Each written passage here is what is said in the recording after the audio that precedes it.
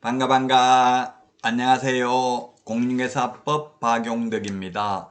방문각 8회 모의고사 세 번째 시간 21번부터 보도록 하겠습니다. 사무소 명칭에 관한 설명으로 틀린 것입니다. 중요하죠. 사무소 명칭. 정답은 4번이 되겠습니다. 법인의 분사무소 5개 광고물, 5개 광고물이 간판이죠. 분사무소 5개 광고물의 경우에는 대표자 성명이 아니라 책임자 성명을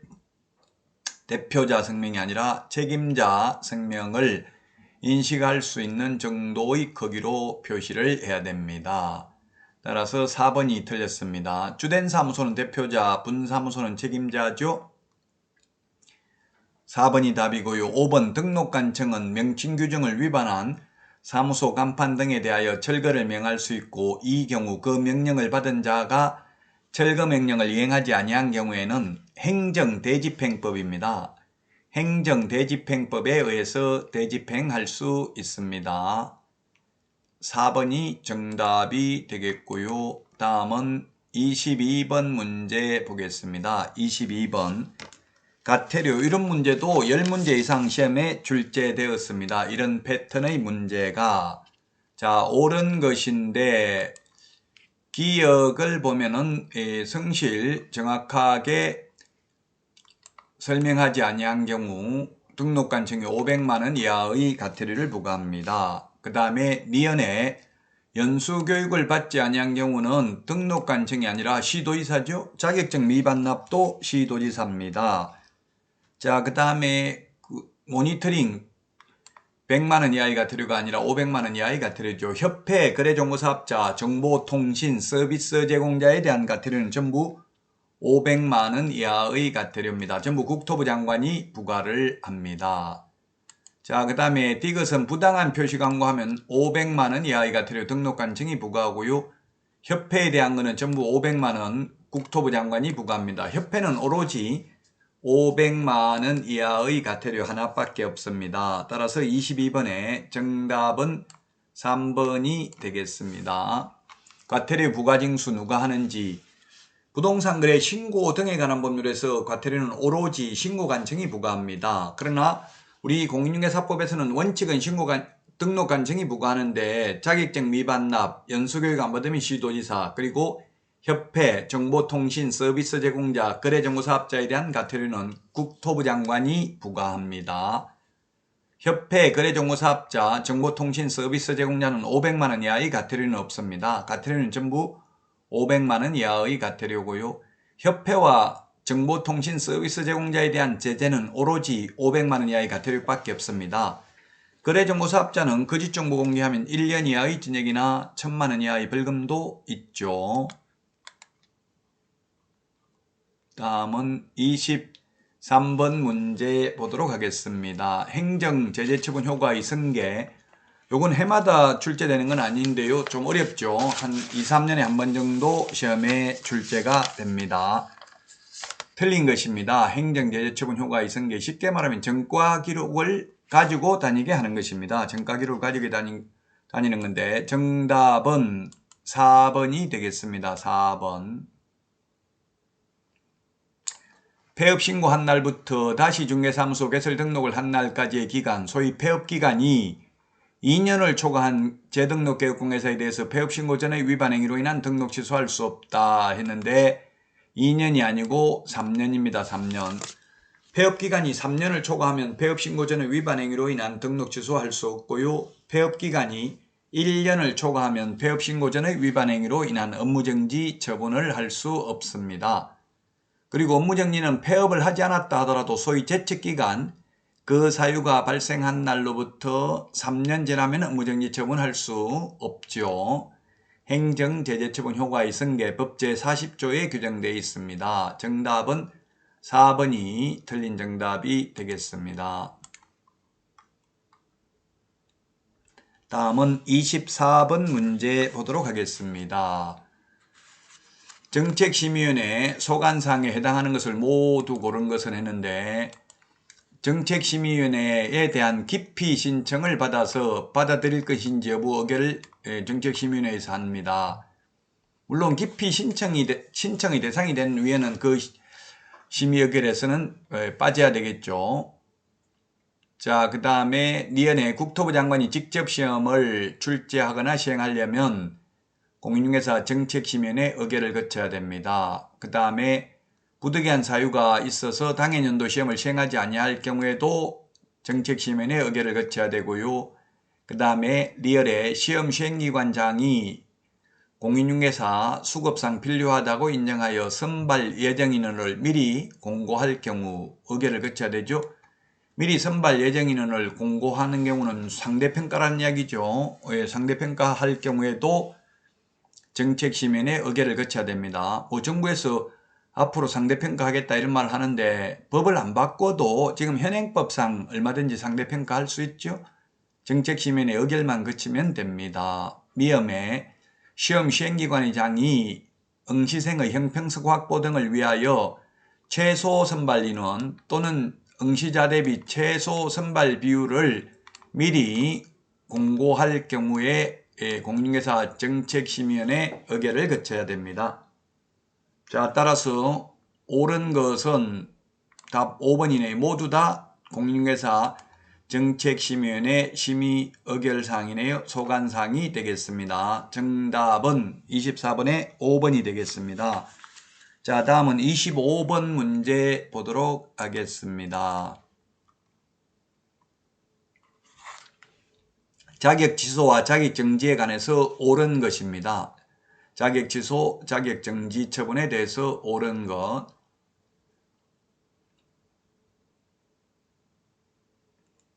자, 1번 자격 취소 사유나 자격 정지 사유에는 행정형벌이 병과될 수 있는 경우도 있다. 병과라는 것은 병해서 부과하는 거죠?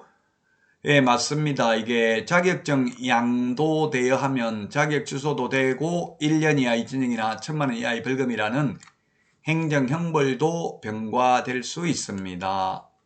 2번은 자격정지 처분을 받고 그 자격정지 기간 중에 중개무를 한 경우에 징역형을 선고받을 수 있다 했는데 징역형이 아니라 자격정지 기간 중에 업무를 하면 자격 취소 사유입니다.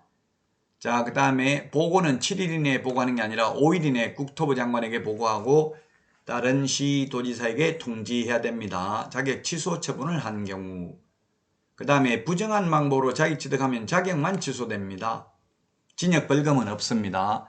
부정한 방법으로 등록을 하면 등록 취소와 함께 3년 이하의 징역이나 3,000만 원 이하의 벌금입니다. 부정한 방법으로 지정받아도 지정만 취소할 수 있습니다. 우리 암기 프린트 55번에 1, 2, 3번에 있죠. 자, 5번 지문인데요. 자격증 교부한 시도의사와 사무소 소재지 관할 시도의사가 서로 다른 경우에는 사무소 소재지 관할 시도의사가 자격 취소 처분 또는 정지 처분을 한 후, 이게 X네요. 정지 처분을 하는 게 아니라 자격 취소 정지 처분에 필요한 절차를 모두 이행한 후 교부한 시도지사에게 통보해서 교부한 시도의사가 자격 취소, 자격 정지 처분을 합니다. 따라서 1번이 정답이 되겠습니다.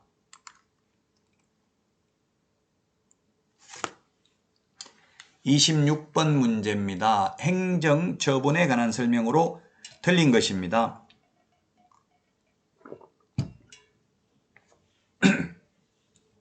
행정처분에 대해서 틀린 것인데 행정처분이 시험에 2문제 정도 출제되죠. 정답은 26번에 4번이 되겠습니다. 위반 행위가 둘 이상인 경우 각 업무정지 기간을 합산한 기간을 넘지 않는 범위 내에서 가장 가벼운이 아니라 무거운입니다. 가장 무거운. 가벼운이 아니라 가장 무거운 처분 기준의 2분의 1의 범위에서 가중한다. 다만 가중하는 경우에도 총 업무정지 기간은 6월을 초과할 수는 없습니다. 따라서 4번이 틀린 정답이 되겠습니다. 자, 다음은 27번 중개보수에 관한 설명으로 옳은 것은 했네. 중개보수에 대해서 옳은 것. 중개보수가 시험에 2문제 정도 출제가 되죠. 중개보수 옳은 것인데,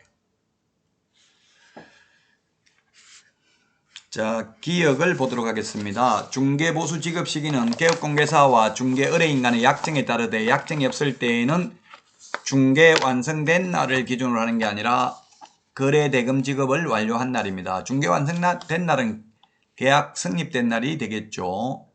자, 그 다음에 따라서 기억은 틀렸고요. 중개 완성된 날이 아니라 거래대금 지급이 완료된 날이고요. 그 다음에 니은도 틀렸네요. 중개대상물 소재지가 아니라 사무소 소재지죠. 사무소 소재지. 중개사무소 소재지 시도조례가 따른 조례에 따른 중개보수를 받습니다. 주택의 경우죠. 그래서 니은도 틀렸고요.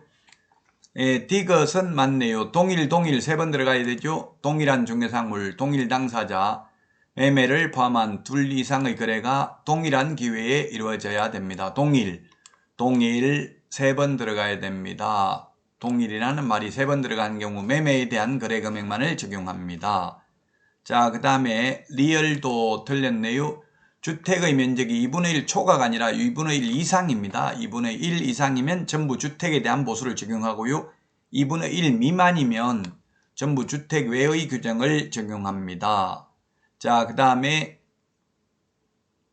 미음의 교환계약의 경우에는 교환대상 중개상물의 평균가액을 기준으로 한 게 아니라 거래 금액이 큰 것을 기준으로 합니다. 자, 따라서 옳은 것은 1번이 정답이 되겠습니다. 디귿 하나만 옳은 내용이네요.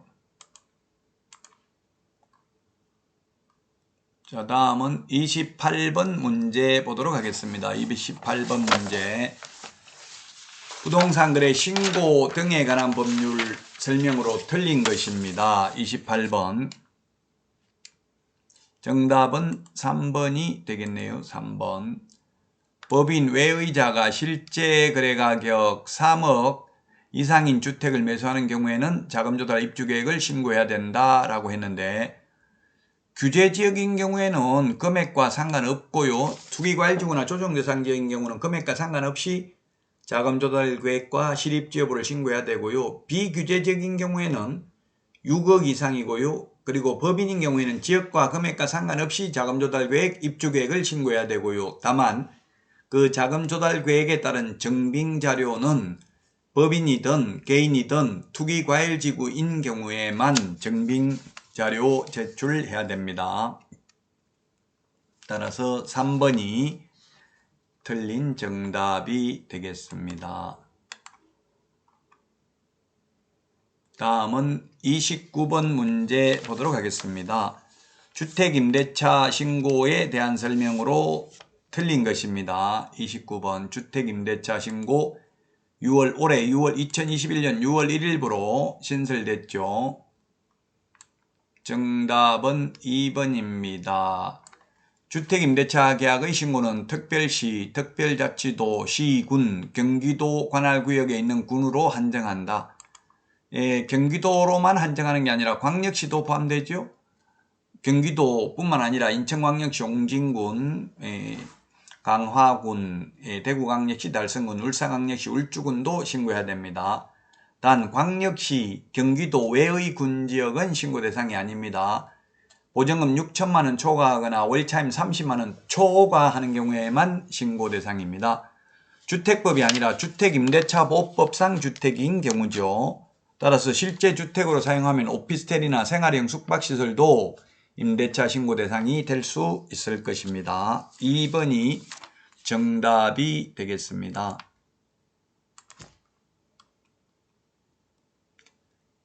30번 문제. 외국인 부동산 취득 특례에 관한 설명으로 옳은 것입니다. 30번. 특례라는 것은 특별한 예외죠. 1번 부동산 취득 보유 신고를 하지 아니한 외국인 등이 자진 신고한 경우 과태료 감면 대상이 됩니다.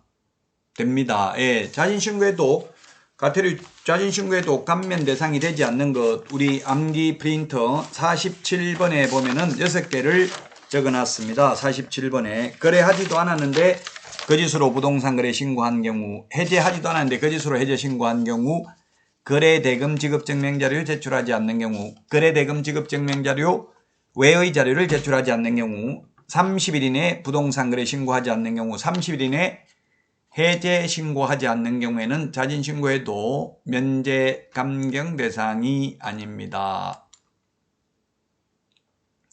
자, 그래서 30번에 1번이 정답이고요.